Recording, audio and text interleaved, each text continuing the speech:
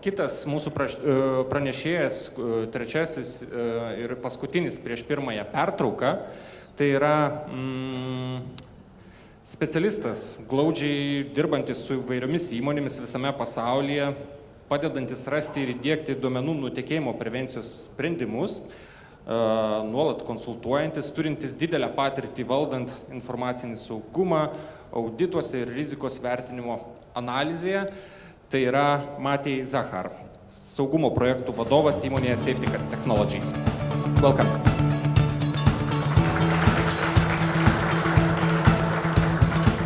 Thank you very much. Thank you for the introduction. Thank you all for being here today, and also thanks to the previous presentations, which were very, very much interesting indeed. And I would like to follow up on that actually a little bit, but from this point of view of security, of data leaks, data incidents that are slightly different, but they're happening every day to all organizations around the globe. Lithuania is not an exception for that, and I would like to talk a bit more about the real cause of these incidents. So once again, my name is Matej Zachar. I'm Chief Security Officer in Safetica. We are part of ESET Technology Alliance program. We are established Czech company. We've been developing security solutions from the year 2007. And we are currently covering almost all around the globe, protecting the companies and protecting essentially their data. What we actually do is that we focus on employees, we focus on people who work with the data. And as in the first presentation you might saw some examples of social engineering, some examples of attacks that are aimed at employees, at people who really have the access. The vector of attacks are changing in time, but what remains the same actually in companies is that you always have people with access data because they need to. And what you need to do essentially is to protect those data and protect those people, not making mistakes and not leaking the data elsewhere to hacker, to different organization, and this is something we are actually focusing on from the beginning. You might ask yourself, what is sensitive data? We've been talking about today about critical infrastructure. We've been talking about data that you all have that might be compromised, but what it really is really depends on the company. What we see in practice, it might be almost anything. For some companies in private sector, so to say, in manufacturing, you have the design plans, you have the CAD files that are used for producing your product. In companies, so to say, that are doing some business, that are doing some transactions, selling some products, they're usually customer data that you want to protect. And not only because of GDPR and other regulations that might apply, but also from terms of, from the perspective of leaking these data to your competition. I saw many examples of companies all around the globe. They don't have to be big, but what usually happens is that one disgruntled employee or one person who wants to somehow help himself just take these data. And by very simple, let's say Control-C, Control-V, or just copy-pasting the data to the body of email or to anything you might think of, is leaking this company to either competition, to some other company, and in many cases also he finds himself a new company just a couple of blocks from the original one, and he takes over the customers of the company. But I don't want to talk that much about that, because what we see in practice actually is that the most frequent causes of data leak are not the people who want to hurt the company, but it is really the human error. It is the same thing as you have with social engineering. It's just somebody who clicks on the wrong link. It's somebody who just doesn't think when is working with the data that he's working with sensitive data, and essentially that makes problems in processes. So basically what people usually do when they want to share the data, which is a very nice example of that, they don't use the encrypted USB stick, or they don't just automatically use the company's, for example, OneDrive for sharing the data internally. But when they want to share the data, they will essentially use something that is close to them. So their private media, they will use their private email accounts just because they want to work from home. And these are situations where something is happening, because to your private email is never going to be as secure as your work email. You're not using those technologies, those settings, and these are the most, let's say, common situations when data leaks happen. I have many stories from our customers. We unfortunately don't have time to, and I don't want to bother you with all of that.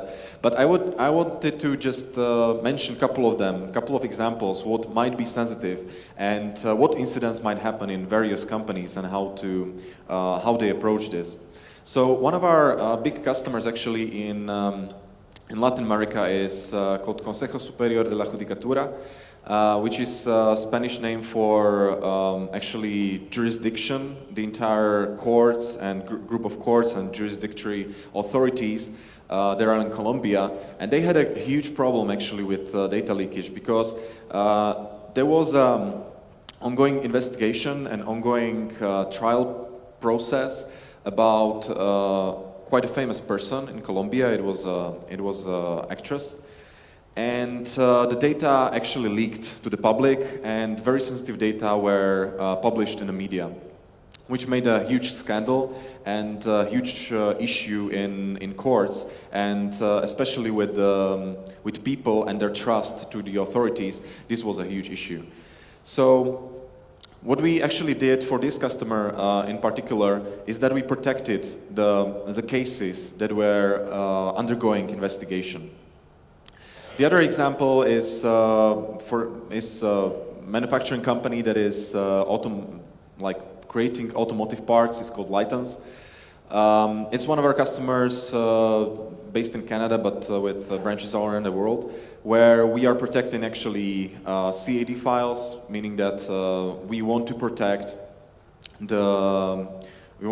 and we are protecting actually the most sensitive data they had, because they already had some issues, and they already had the risk assessment done, and they saw the DLP as the approach to protect the data as the most important part of security. We have also customers in finance. We have also customers in hospitals. In finance and hospitals, it's most probably you are going to find the need of dealing with data security because of GDPR, because of other regulations, such as this one, because the Burgard Memorial Hospital is based in the US. They have a similar regulation called HIPAA. And these are stages, or these are information you need to protect by the law. We all know that the GDPR is already in place, so the effective protection of personal information is very, very important to focus on. The last example I wanted to talk about is General Inspection of Security Forces. It's actually a Czech name because it's a Czech institution, where we are focusing on protecting the data that are actually sensitive. They are very sensitive because they are investigating, let's say they are good cops watching bad cops. So they're investigating on incidents in police and in security forces, such as firearms and an army, and they are actually taking care of this. So the protection of data for them is also the essential part, what they need to focus on. How we approach this problem for companies is actually in 3 quite simple steps. We usually start with audit, because for companies and for institutions that are, let's say, approaching this problem of data security and essentially the employees and their behavior, how they're working with the data for the first time, they usually don't know where the data are. They usually don't really know what data they should protect. So we usually start with audit. And it works in very similar as with a test that you've seen on the social engineering, that you can send emails to your employees and watch the response rate. We're actually doing the same, but focusing more on employee behavior in terms of their behavior with the data, how they are handling the data on the daily basis. And what we see in 99% of cases is there is an issue. We have some examples I wanted to share with you. For example, sperm donor lists on private flash drive in one private hospital that was dealing with, they were sperm donors, so they were dealing with pregnancy and helping women get pregnant. And this is essentially a problem because the private flash drive, if it's not encrypted, it might be lost. They get stolen every day. And if this data leaks, according to GDPR, you have to report it. You are responsible for it, etc., etc. I don't think I need to explain that to you. But what is more common actually is that people, as I've already mentioned, share the data through public cloud, private email. These are the most common examples that they already have, for example, your company OneDrive set up, but they would use their own service such as Dropbox or whatever they want. And essentially the data leaves your company in a way and you don't really know what is happening to it afterwards. So how we do it is actually that we start with just assessment of the data leakage channels. So we take a look in this particular company. We can see that the cloud drives are the biggest issue. You can see the USB sticks are the second biggest issue, and you have very easily and very fast after that. After you see this, you have very easy alternatives and priorities in security, essentially. What you should protect first, how you should behave, and what channels are the most critical for your company in particular, because they are used the most. The second part is, after that, the classification of data and developing rules and informing employees, because the employee awareness, as we already seen, is a huge part of your security. You need to have, because the weakest link is always the user, is always the employee, and you need to have the users technology savvy. You need to have them. Thinking about security in their daily work, and that's what actually works for us, and that's how we are approaching this problem, that we want to show them the security in real life when they are working with the data. So with our technology that we are using for our implementations of data security, essentially our product, we are employing sets of alerts that people see every time they're working with the data. I will show later in the video how it might look like. And the technology itself then allows company to focus and to inform the users that something that they are doing is not correct, and that they should approach, for example, the problem of data transfer some other way. Then we start with very simple rules, and with very simple rules I mean you usually don't want your employees to share the sensitive data via Skype, or you want them to use Skype, but only the business version, and that would be the only let's say messaging platform you want to use, because you know that it's secure, because you know it's business based, you know where the data are, or you might be using Teams for Microsoft, so you want people to get adapted for it, you want them to share the data by this means. So we want to follow this, and actually what we implemented in the last couple of versions of our products is that we are able to control and enforce the sensitive data and sensitive data flow for a couple of clicks. So very easy setting that we usually do in the beginning. Instant messaging and desktop applications, we want to forbid them because we want the employees to use this one way for sharing the data that is allowed by the company, for example. Then the last part is setting up the security policies and restrictions What I have not mentioned in the beginning when I was talking about these examples is that this might be a process that takes some time. And many companies are actually afraid that when approaching data security, that it's going to be a huge project, it's going to take a lot of time, a lot of effort, and actually it's going to, well, they're going to spend a lot of money on it. But one nice example, or well, we have a couple, but one nice example was actually one of the logos I was sharing with you, and that was the company First Atlantic Bank, because they needed to implement DLP actually in 2 days, because there was audit undergoing after some security setting they had. And so we actually had engineers going there, implementing some DLP rules overnight. It's actually a bank that is situated in South Africa.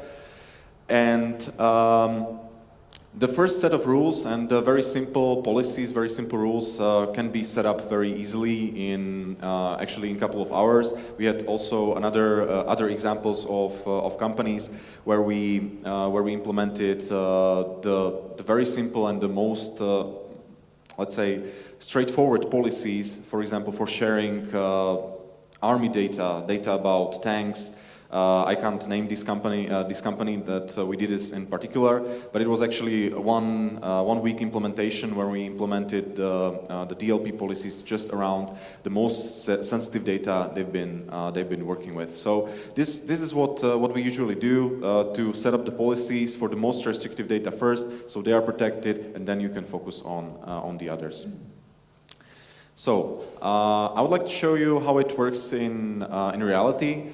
So when you actually work with the policies that we set up on the endpoints, and you have the policies in place, the client itself or the agent of Safetica watches and follows how you work with sensitive data. So we know that this data contains personal information, and so this document is automatically protected.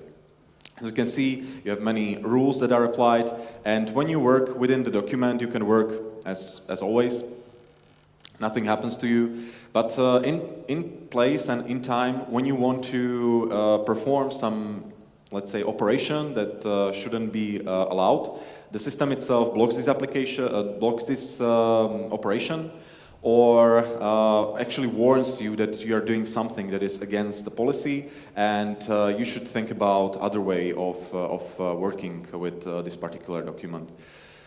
The document itself is protected, or let's say the piece of data, whether it's just an email body, whether it's data in document, whether it's data in, let's say, CRM system or wherever. And when you make this typo, when you make this mistake, and you, for example, want to send the data to your competition instead of inside of your company, the system itself warns you and tells you to rethink the action. And that is essentially the informing and educating the users in practice when they are working with the data. The system itself holds its protection, so whether you rename the document or whether you, I don't know, change the extension or whether you change the content, it still holds the same level of protection. And the system itself actually doesn't have to be just restrictive. As you can see, that we are actually blocking most of the actions. It's just for the sake of demonstration. But the system itself also can work in completely silent mode, where it just logs all the actions, all the, let's say, all the policies that are not being followed, and then sends the information either to console or to your email or to any other media that you're using, whether it's a CM system or SMS. And as I already mentioned, the setting up of the protection is, as you can see, is just like a couple of settings. It's a few clicks, and you can see all the information in the console, and the console can be shared through the enterprise. So, you can introduce the console to your managers for the specific departments, and they can have the rules applied, and they can for example, view how the employees in their department are actually handling the data. Yeah, some demonstration about the mobile platforms, just for you to know that we are also focusing on mobile media. And what I wanted to mention is that we've been doing a lot of development with Safetica. Just a couple of technical information for all those that you already know us. We've been developing the data protection so it's faster, more simple. So as I was already showing, the data protection can be set up in just 3 clicks.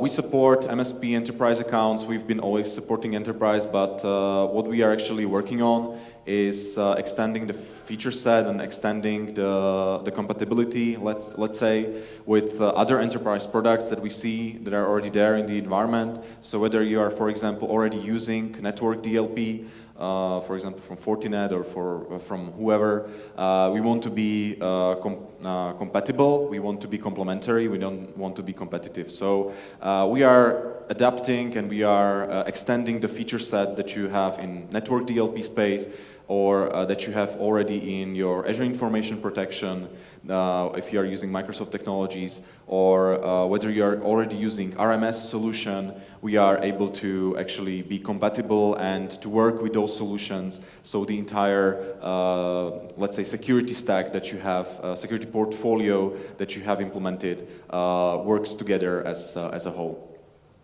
We're constantly working in improving our content technology. So what you actually saw that we already have, we are improving that in every version. And I've already peeked into the questions, and I see the first question is kind of tricky and not tricky in the same time. But we are also GDPR compliant. Meaning that you can use our solution in an ethical way. We have sets of recommendations, we have sets of rules that we recommend to implement, so you are ethical and transparent to employees, and in the same time you are safeguarding the data and safeguarding the most important values and assets that your company has. And also it integrates better. So, well, that is just the information that we are working on backend as well, and we are improving the performance, we are improving the compatibility, and we are working on even having even less impact on the environment as we do. I've already shown this example. What I wanted to tell you about is that I was talking about compatibilities with third-party technology. This is one example. So if you are already using some third-party classification, for example, Azure Information Protection has, from Microsoft has one, we are able to actually have this information and adapt these policies to the data you have already classified. Yeah, I've already covered all this, so we are able to manage complex systems, we have support of a multi-AD, these are more like technical questions. What I wanted to mention is that, I mean to the end, is that we already have many customers that we helped here in Lithuania. There are governmental institutions, there are companies in healthcare, there are private companies. And if you want to see some examples or get to know more, we are going to be on the stand the whole day. So just don't hesitate and get in touch with us, and we can definitely discuss the data security further. With that being said, thank you for the attention, and I do believe we still have some time for questions. Yes, we do. Thank you, Matej. There are a lot of questions, and the first one is, as you see, morally sensitive, right? Mm-hmm. Is it ethical to spy on employees? That's interesting question because I don't think it's ethical to spy on employees, but what Safetica does is not spying on employees.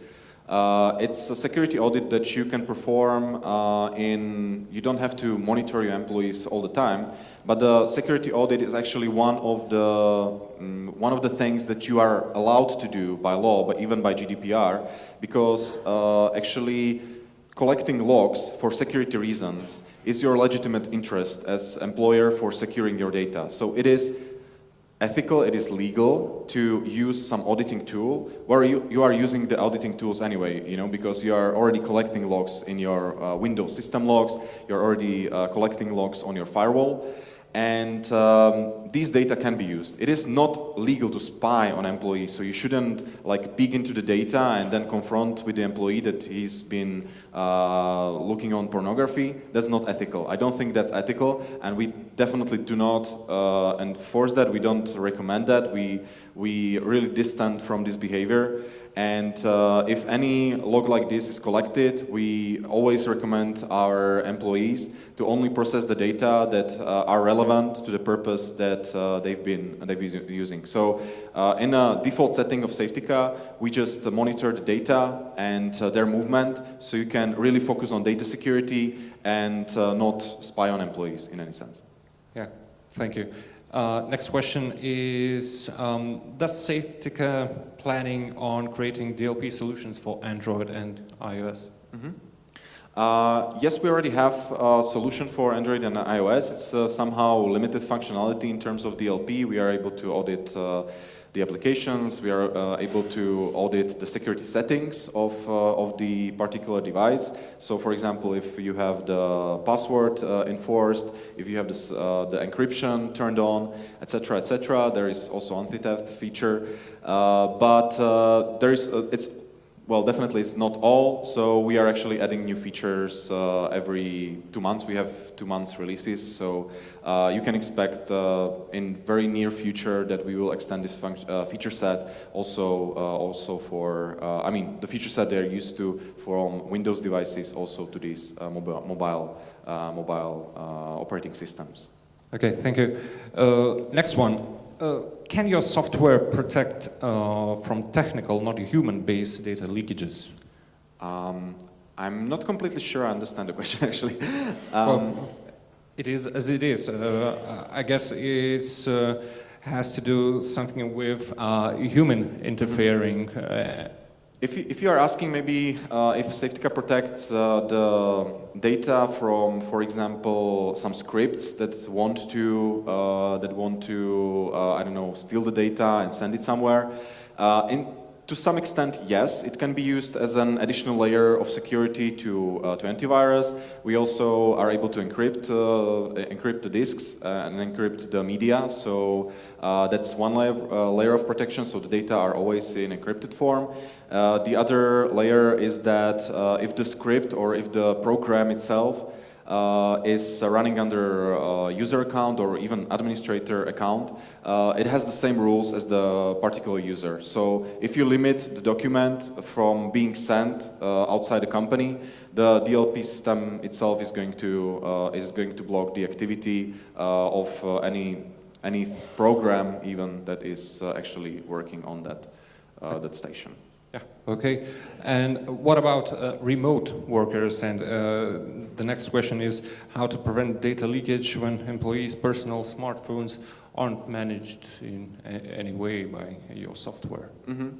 Well, you can always, there is actually like a separate field of products that focuses on that, and that's enterprise mobility management, well, EMM solutions, or that are able actually to focus on the problem of mobility, the problem of remote working, and the problem of secure sharing of documents outside the company network. So we don't want to be really competitive with them. We want to be compatible. So as I already mentioned, we are complementary. We can, and if the company really has the remote work using smartphones as a standard, we can definitely make like a joint implementation that the data are protected everywhere.